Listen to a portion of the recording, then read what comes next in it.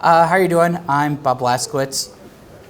You see, I teach critical thinking at Stockton University. I also do classes on science and pseudoscience, and this last semester a class on World War II in film and literature, because I have a great job. So I'll be discussing a topic right now that I think is kind of it seems to be an emotional one for skeptics. And I strongly suspect that I'm going to be stomping on some people who you might like. And I don't apologize for that. But this is the first time I've ever given a talk on this topic, and I'm not sure how my audience is going to respond. So I've been involved with more or less organized skepticism for over 10 years at this point. When I started going to meetups and that sort of thing, modern skepticism, strong ties to the sciences, it was very attractive to me. I loved astronomy growing up. And at the time that I was learning about skepticism, I was teaching college writing and argument courses, and a lot of the topics that were important for those freshman level courses dovetailed very nicely into what skeptics were doing. So things like evidence research, reasoning, and persuasion, all of these things are important aspects of kind of the skeptical project. And so I felt I had something to contribute. After all, most of the work that was being done by my colleagues in the humanities was applying reason to evidence. However, you probably wouldn't know that from many of the conversations that I have had over the years about the humanities at skeptical events. As much as it pains me to say it, skepticism has a critical thinking problem when it comes to the humanities. For this talk, I'd like to start with some of the stalwarts of skepticism and some of the problematic things that they've said, not just about the humanities, but especially about philosophy, and where I think a lot of misunderstanding, where a lot of these conversations and problems start. The most prominent voices in skepticism are, of course, science popularizers, and ever since Carl Sagan went to heaven in 1996, several science communicators have attempted to fill his shoes.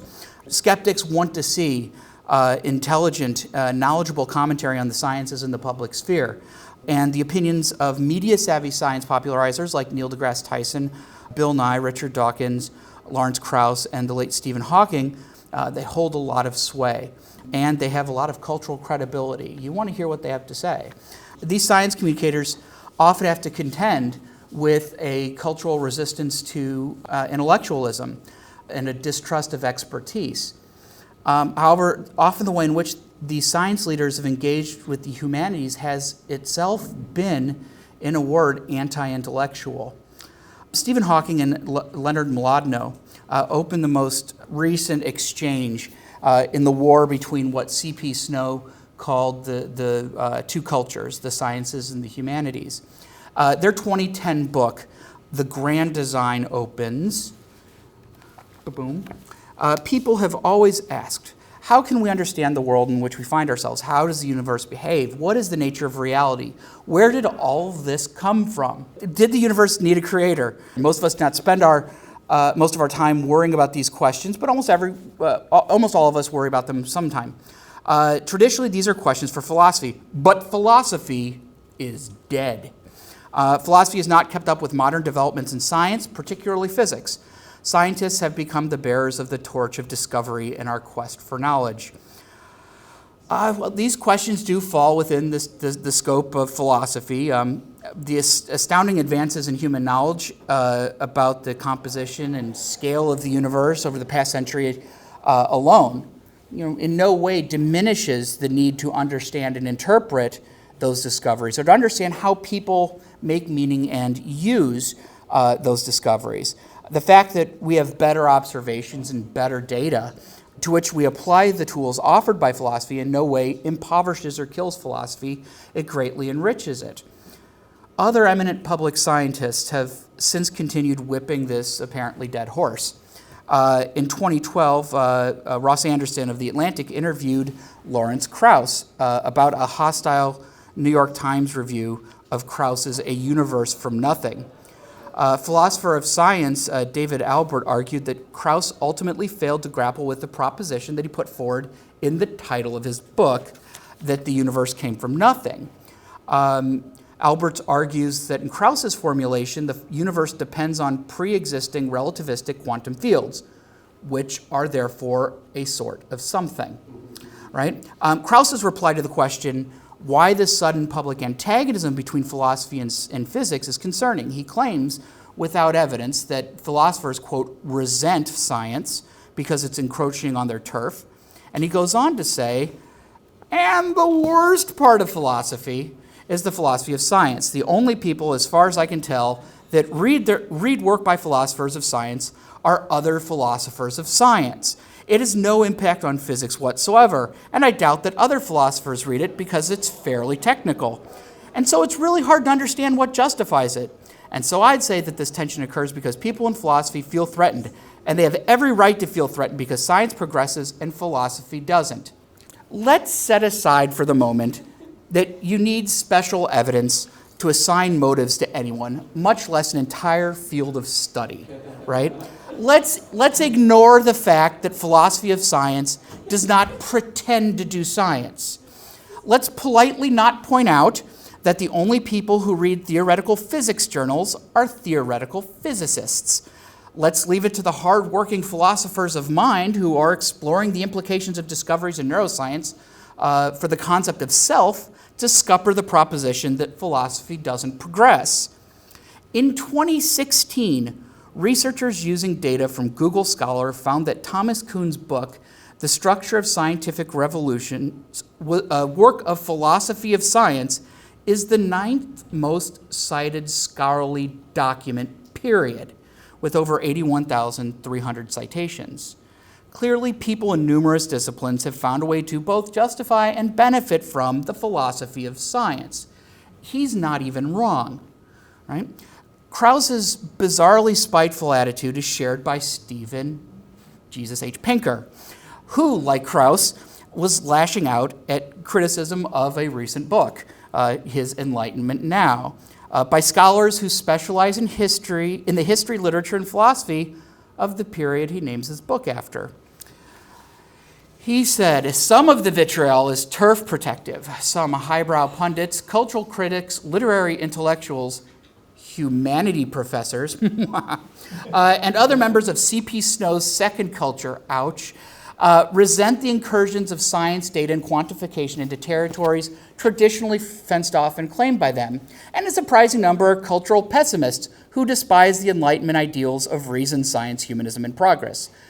They prefer hermeneutic, textual interpretation, to analytic reasoning, one of the reasons they are sympathetic to religion, even if they are atheists, valorize the consumption of elite art as opposed to the well-being of the mass of humanity as the highest moral good, and believe that Western civilization is on the verge of collapse and is so decadent and degenerate that anything that arises out of the rubble is bound to be an improvement. There is no small amount of ego in this unbacked speculation, and none of it addresses the criticisms that Pinker's view of the Enlightenment is partial and misleading. As Aaron Hanlon observes last week, Pinker does not address or acknowledge that many Enlightenment thinkers had decidedly illiberal ideas, that the granddaddy of them all, Rousseau, was mostly opposed to progress. Pinker ignores the important point that the Enlightenment is not just a set of ideas, but included a complex set of social conditions, including ways of getting around official censorship that allowed new ideas to emerge.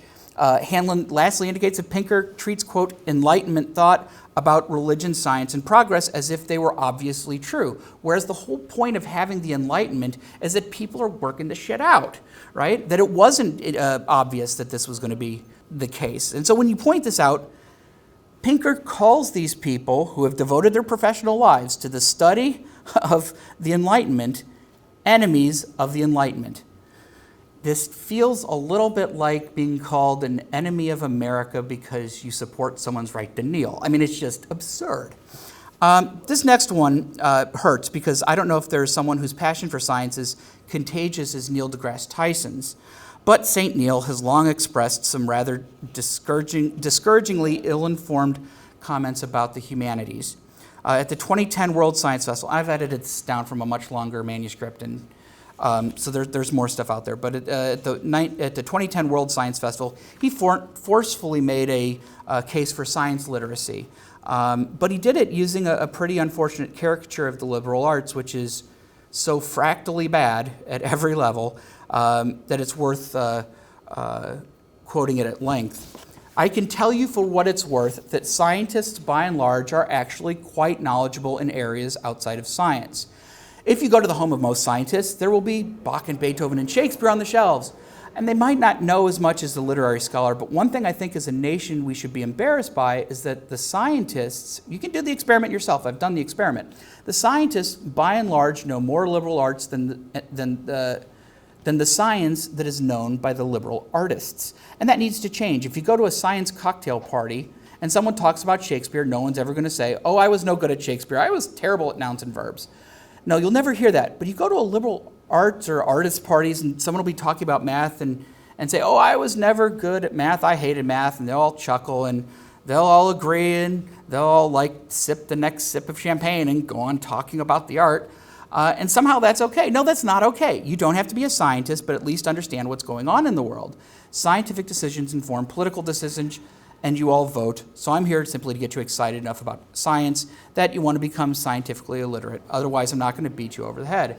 I kind of want to start an alchemy club after reading that, just out of spite, First off, English teachers damn well do hear, I was never any good at English, I never could write, I never understood the point of studying Shakespeare, and I haven't read an entire book since high school all the time. It may be perfectly true that math teachers and astrophysicists don't hear it, but that's only probably because of selection bias. Second, just because you see a book on a shelf doesn't mean its owner has read it or is, quote, quite knowledgeable. Third, the phrase, they might not know as much as the literary scholar in Tyson's comments comes nowhere close to acknowledging the magnitude of the gulf between someone who has Moby Dick on their shelf and someone who wrote their dissertation on the American Renaissance. I may not know as much as a geologist, but I have some rocks on my shelf is probably as grating to the ears of a scientist as what Tyson said would be to the ear to a scholar in the humanities. Finally, it's a little shifty to tart up some uncorroborated anecdote that can't reveal what it implies it does by calling it an experiment, which of course it isn't. This is rank, uninhibited anti-intellectualism. It is not skepticism. It's incompatible with skepticism. So, where does this animus come from? I think one hint may be found at the end of noted science guy Bill Nye's 2016 cringingly regrettable Big Think video about philosophy. As part of his Tuesdays with Bill series, a young man, a college student, asks, I'm a philosophy major in college right now, and I'm looking for your opinion on a subject. Some of the scientists, like Stephen Hawking and Neil deGrasse Tyson, have brushed it off as a meaningless topic. I'm just wondering about your thoughts on the subject. After Nye mistakes all philosophy with a bad understanding of Descartes' cogito ergo sum argument, he issues a warning. Just keep in mind, if you're spending all this money on college, this may be where Neil and Richard are coming from, a philosophy degree may not lead you on a career path. It might, but it may not. And before I go on, I actually want to say that Bill Nye, of the people I've looked at, is the one who realized he was wrong and said it and changed his mind based on new evidence. So when he was called out, he considered the idea he might be wrong, and he came to a new conclusion. Thank you for writing that critical article. It really led to something. I've seen him do that with GMOs. This is not the first time he's done that. I kind of think that that's the real deal, and that's the type of model I want to see. Anyway, when Nye originally wonders if the poor philosophy student will be employable, he seems to be drawing on a kind of a larger argument about what the meaning and purpose of higher education in the humanities is in the United States. As the cost of education rises and student debt amasses, students' parents and legislators increasingly ask if college is worth it. Or put another way, whether students are seeing a return on their investment. Deep down, this is a question about what society wants to get out of college graduates? And the answer, in turn, affects the course offerings of these institutions. As a result, the humanities and sciences have felt competitive pressure to demonstrate practical economic utility, and academics often feel like their programs are perpetually at risk. I can think of a couple of schools in Wisconsin where they've had, language programs erased recently.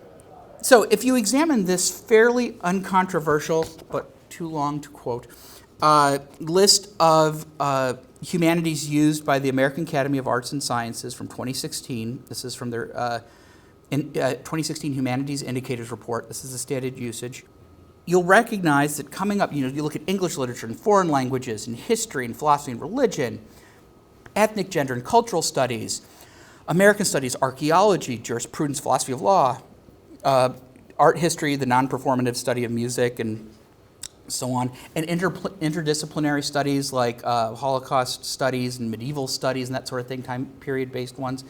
Shout out for the medievalists. Woohoo! Coming up with a definitive slam dunk answer for what the humanities are for, you've just asked the wrong question, because they're for lots of things.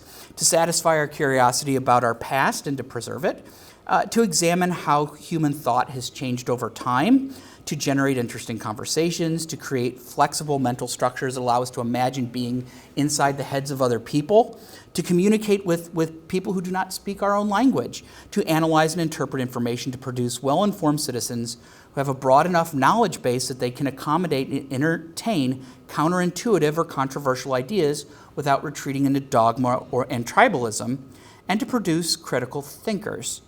These are just a few of the things that the humanities are for, not to mention the simple pleasure of studying some of these topics. Aaron R. Hanlon, in his article last week about Pinker for Vox.com, named this weird crusade waged on the humanities by science popularizers. He said, Pinker is unfortunately caught up in a larger culture war in which self-styled rationalists use to identity politics of rationalism to counter what they view as pernicious postmodernism in history, in English history and philosophy departments.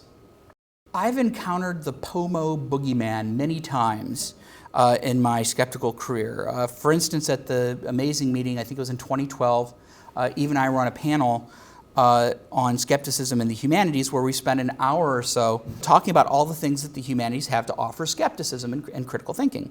And in conversations with people afterward, I was fairly convinced that what a lot of skeptics believed about the humanities was what they thought they knew about the Sokol hoax.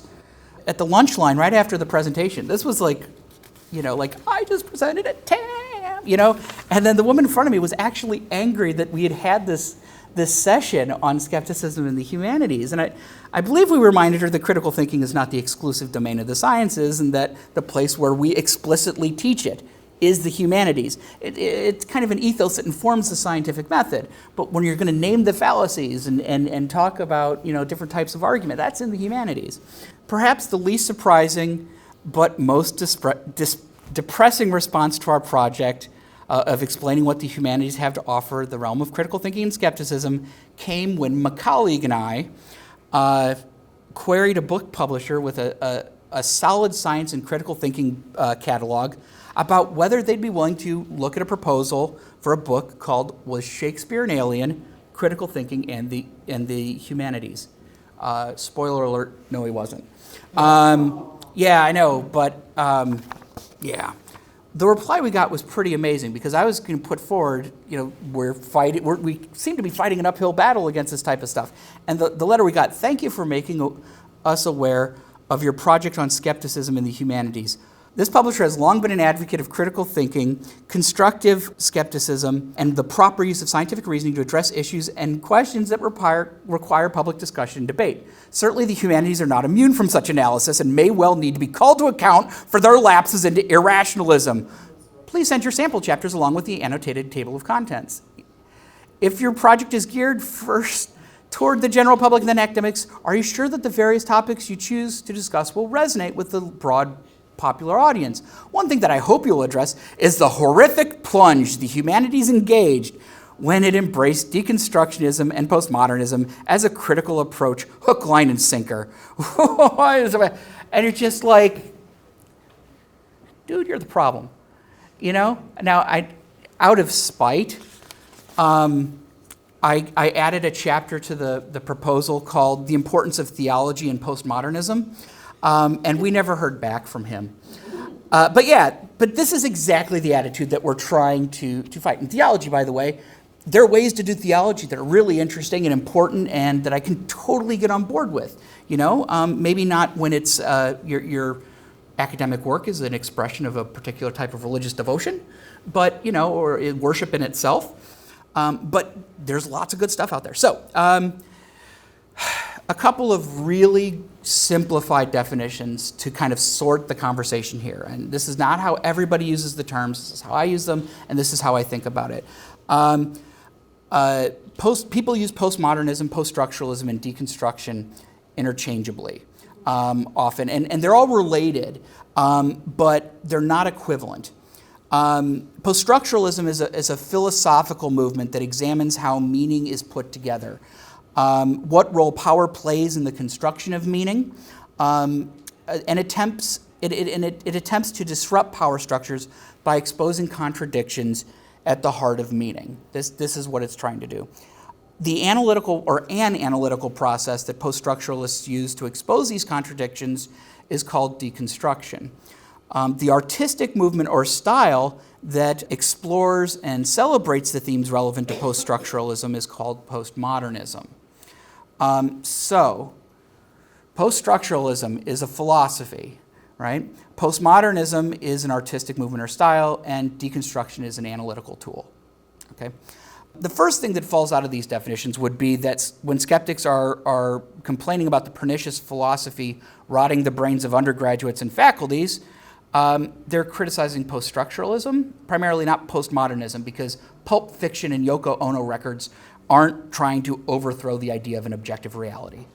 Okay, so although Yoko Ono records, so let's talk a little bit about post-structuralism, the philosophy.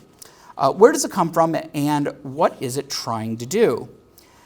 Post-structuralism arose and gained popularity in the context of the 1960s and 1970s French philosophy. At the time, France was, and other Western countries were being, I think there's a HBO series coming up maybe about 1968. France and other Western countries were experiencing student-led social upheavals, and at times it looked like the social order might actually rent in twain. In May 68, turmoil in France threatened revolution, but conservative Gaullists overwhelmingly trounced opposition in parliamentary elections the next month and reinforced established structures of authority, including, perhaps surprisingly, linguistic norms. To understand the significance of both the political radicalism and the liberatory relativism that post-structuralism came to represent, you need to understand that France deals with its national language in a very regulated way, in a way that we don't do that here. The French Academy exercises official control over the proper usage of French. It has a conservative standard for the language, grants awards based on those standards, that sort of thing. It doesn't have the force of law, but it's very influential. And additionally, the French president is the protector of the Academy. And in 1968, this would have been de Gaulle himself. They found this de Gaulling. Hey, deconstruction, lots of wordplay. So, no. In the words of Terry Eagleton, who's a Marxist, critical theorist, post-structuralism was a product of that blend of euphoria and disillusionment, liberation and dissipation, carnival and catastrophe, which was 1968. Unable to break the structures of state power, post-structuralism found it possible to subvert the structures of language. The student movement was flushed off the streets and driven underground into discourse. Its enemies became coherent belief systems of any kind, in particular all forms of political theory and organization which sought to analyze and act upon the structure of society as a whole. All total systematic thought was now suspect as terroristic. Conceptual meaning itself was feared as repressive. And so French academics in the late 60s resisted these conservative tendencies by playing with language. Jacques Derrida's Of Grammatology is considered, ironically, a foundational work. Because they don't, they dismiss the idea of foundational knowledge, but yet this is like a book that sets things in motion for them. So it's a foundational work. So, see, everything's contradictory. You know, it's a treatise on German philosophy, and it's a riot of wordplay of multiple meanings and radical rereadings of well-studied texts that suggested the works of these German philosophers are intrinsically contradictory, and that by extension, their ultimate meaning and all meaning was elusive and illusory. And the process that he uses to hint at that conclusion is deconstruction. Now, from the outside and in translation, where we lose lots of nuance of meaning, we'll miss puns, that sort of thing. Wordplay is often lost. Of grammatology can seem impenetrable. But if you know something about the German philosophers that Derrida is reading, you'll encounter productive, interesting insights and neat juxtapositions. When I was in graduate school, I was lucky enough to read of grammatology and not understand a word of what I was required to read. But then later on in this semester, in this literary theory class, we read some of the German philosophers. Oh, that's what they were talking about. I recognize this. This is coming back. So it did have some meaning, but I didn't have the context for what they were talking about.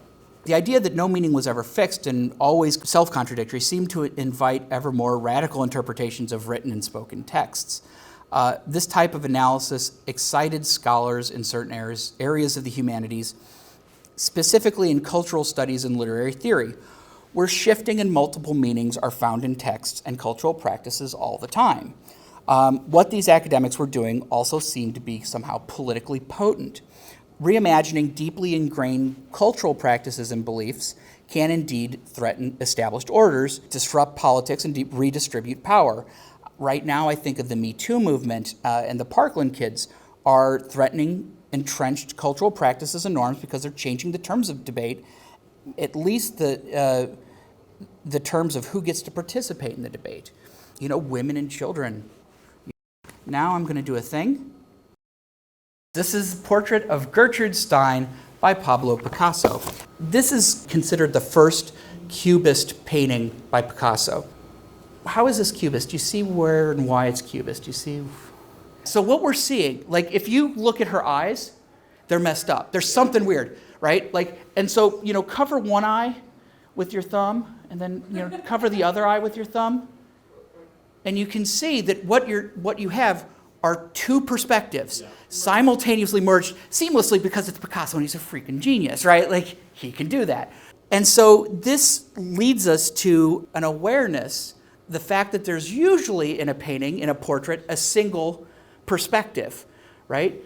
This is a multi-perspectivism, incorporating several different perspectives of the artist. And it kind of reveals that if you're only looking at something from one angle, you're only seeing one facet of the truth, right? This may actually be, in this sense, more real because it incorporates more of reality, different perspectives into a thing. So it is in its way a type of realism. And then he builds up and adds some kind of Freudian stuff in there and just goes total Picasso on you. But this is kind of where it started. It's a pretty simple realization that this could be powerful. And this could change how you see things. The controlling perspective of the artist has always been misleading. It gives us a limited version of the truth. And in some ways, a portrait which incorporates multiple perspectives is in fact more realistic because it at least acknowledges that a dominant perspective distorts reality. And recognizing that allows you to start to seek out other perfectly valid perspectives. So Cubism complicates our reality. Deconstruction, method of analysis used in post-structuralism, also seeks to problematize things, to make things more complicated than they already seem, or than they seem. It takes apparent or accepted truths and shows that they're either simplified or steeped in unacknowledged ideological bias. Ideologies are said to be dominant when they exclude alternate narratives, when they keep out multi-perspectivism, and when a group exercises control, authority over a culture, say, white men, the culture, the stories the culture tells about itself, either in fiction or history or other things that people in the humanities study, they seem to validate that group's perspective. And if they didn't, you really wouldn't say that white men were hegemonic. So at some point, this offered a lot of possibilities for people, the opportunity to explore voices that weren't usually heard in the humanities, voices that had been historically ignored. The great man and empire version of history started to see radically impoverished. And you start seeing, people like Howard Zinn writing the people's history. You start seeing a proliferation of programs in African American studies, gender studies, queer studies, all different types of new perspectives started entering the academy and started getting their own voice and making things more complicated. This seemed like a politically potent thing to do. This seemed like it, and pointing this out seemed kind of revolutionary to people. It certainly sounded like it when you talk to them. They're really excited. But at some point, some theorists in these disciplines saw deconstructionism means to not merely challenge the accepted meaning of stories and of texts and what's called discourse, but the existence of things themselves. And they began treating objects in the real world as texts whose reality was as elusive as the meaning of the words we assign to those objects. In doing so, they sought to inject political revolution into physical reality. And that mistaking objects for texts, and this led to a lot of interesting scholarship. As an authoritative epistemology, empirical science must have seemed to be the arch nemesis of the relativism that they were espousing. And by the 1980s, some cultural and literary theorists were taking a whack at science, seeking to overthrow or undermine its epistemological authority. Some especially egregious examples of this sort of crackpottery came from psychoanalyst Jacques Lacan, who takes Freud and Derrida and then smushes them together. And it's kind of like a mixture of postmodernism and Freudian analysis at the same time. And you can't understand it. It's just words.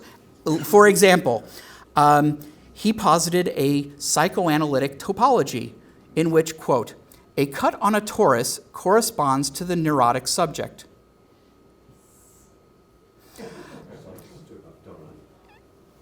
Yeah, right? He also said that, quote, the erectile organ comes to symbolize the place of jouissance, not in itself or even in the form of an image, but as a part lacking in the desired image. That is why it is equivalent to the square root of -1 of the signification produced above of the enjoyment that it restores by the coefficient of its statement to the function of the lack of signifier, which literally means nothing. Right? Like it's science word salad. Yeah. Right? Another example, Luce Irigary's form of feminism. She once asked, is E equals MC squared a sexed equation? Perhaps it is. Let us make the hypothesis that it is, insofar as it privileges the speed of light over other speeds that are vitally necessary to us. What seems to me to indicate the possibly sex nature of the equation is not directly its uses by nuclear weapons. Rather, it's having privileged what goes the fastest. Don't worry, just let it wash over you, man. Yeah. She also put forward an unfortunate theory of fluid dynamics, again, seeing privilege where there was only equations. The theory is summarized by one of Irigary's followers. The privileging of solid over fluid dynamics, and indeed the inability of science to deal with the turbulent flow at all. Irigary attributes the association of fluidity with femininity, whereas men have sex organs that protrude and become rigid, women have openings that leak menstrual fluid and vaginal fluids, or menstrual blood and vaginal fluid. These types of proclamations have come to characterize, perhaps unfairly, post-structuralist thought in the minds of skeptics. You're looking at this type of stuff where they're going after science. And yes, these are absurd. If you notice that, well done. You're awake. But they've also kind of become the stand-in for philosophy and for the humanities. Most philosophers would have nothing to do with post-structuralism for the simple reason that radical relativism actually is self-contradictory. It literally violates the laws of logic. As Schick and Vaughan put it in How to Think About Weird Things, according to the relativist, everything is relative. To say that everything is relative is to say that no unrestricted universal generalizations are true. An unrestricted universal generalization is a statement to the effect that something holds for all individuals, societies, or conceptual schemes. But the statement, no unrestricted universal generalizations are true, is itself an unrestricted universal generalization. So if relativism in any of its forms is true, it's false, and as a result, it cannot possibly be true. Extreme relativism really had not much of a chance of taking hold in philosophy departments and kind of settled down into like literary studies and cultural studies. But yeah, the practitioners of the type of literary and cultural theory that we just looked at, they're relatively few in number. You rarely bump into someone outside of a specialty journal who espouses wholehearted devotion to a single school of thought, to Marxism, where the silenced voice is the working classes. Most literary and cultural criticism appropriates only what is relevant to the topic at hand and can kind of disregard the rest. The theorists whose work is taken to be representative of the various schools of criticism tend to be the most sensationalistic, the most headline-grabbing. A lot of times the people are the most celebrated, or at least self-celebrating. There seems to be, and this is the same thing like with conspiracy theories and other far-out claims, that sometimes it seems like the more bold or revolutionary a claim is, the more believed it is. They value the revolutionariness of the claim itself. It overturns so much.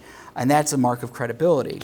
Nonetheless, when theorists declaim on a subject about which they know nothing, they've devalued the work of other, quieter, more responsible, and otherwise preoccupied scholars through an unfair guilt by association. Thank you, people. I appreciate it.